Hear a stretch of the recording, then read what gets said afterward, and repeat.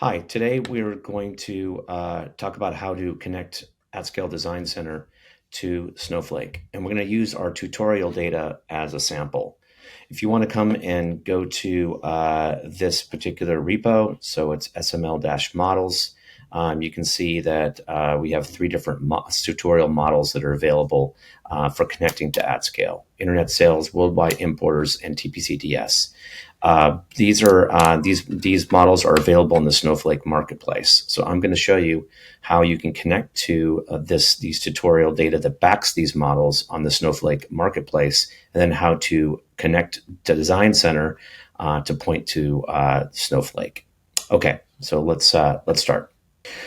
Okay, so here I'm at on Snowflake, and you can see I'm logged in as an admin. You might need admin account access to do this, but if you go to Data Products and you do a search for AtScale, you're going to find that here is the AtScale tutorials. So all you need to do is click on AtScale tutorials.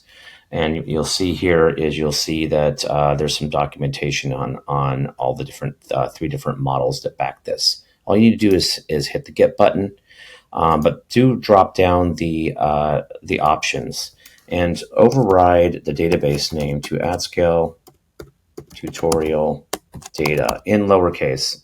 There'll be a reason why later on, and then you can choose which which roles get access to this. I'm going to make it available for everyone. So once you go ahead and you get that, it's that simple. Your data is now in your Snowflake instance, and we're now, you can see that there's three different schemas here with all of our raw data. So now we're ready to actually connect this up to AtScale. So let's switch over to AtScale Design Center. Okay, so now we're here at AtScale Design Center. So the AtScale Design Center comes pre-registered with the AtScale tutorial data from Postgres, and the models that come with AtScale are tied to Postgres. And so if I open up the My Models and Tutorial folder, what you're going to see here, if I open up each of the models, there's a Connections folder. In that Connections folder, if I connect the connection object, which is named in this case Internet Sales Connection, you can see that it's pointed to Postgres. So we're going to change this to point to Snowflake. So the way we're going to do that was we're going to first add a Snowflake connection. So we're going to go to Settings here by clicking on the AtScale icon, and we're going to come to Snowflake and add a connection group. So there's two different parts to creating a connection. There's a connection group, and then there's the actual connection itself. The reason being is that you can actually create different connections for different roles of how AtScale accesses your Snowflake data warehouse. For example, building aggregates might be one-sized warehouse versus accessing or running queries that hit aggregates. Today, we're just going to create one group, data warehouse group for Snowflake, and one connection. So I'm going to call this Snowflake, and the external connection ID is important. You see, it says Snowflake. This is the external connection ID is what we're going to use in our SML to point to Snowflake. Okay. Now the aggregate database is important because that is where AtScale is going to put your aggregates that it generates automatically from query activity.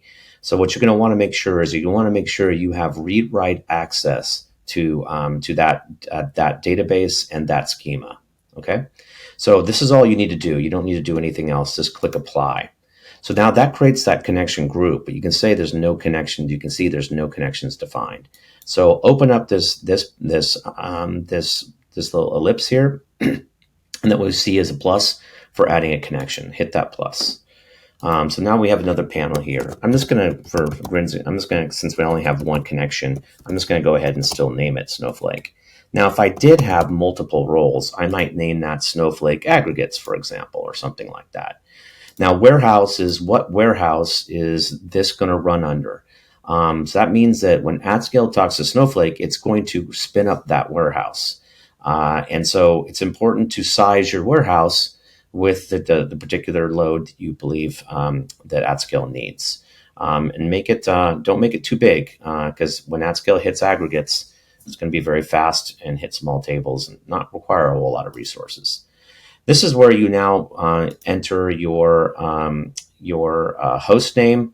That's going to be your Snowflake host name. It's the same thing that you used when you were logging into Snowflake. And then here is where I'm going to enter my credentials. So I'm going to use password. There's different authentication methods here. I'm just going to put in password for now. And I'm going to go ahead and test the connection. So hit the test connection, wait for it to come back. You can see connection successful. If I click OK, what you're going to see here on the screen is that you now see it says pull up and connections up. This means it's a successful connection that AtScale now has to Snowflake. So now you can see I have two connections, Snowflake and Postgres. So let's go back to my SML and modify that. All I need to do is turn that into Snowflake for the AtScale connection ID. So now it's Snowflake. Remember, that points to that external connection string. So make sure you got that right. All you got to do is hit save. Make sure you hit save. You can see that it actually shows up as my changed file here. And now I can just go ahead and deploy. And when I deploy, for internet sales, I'm now going to be hitting my data in Snowflake.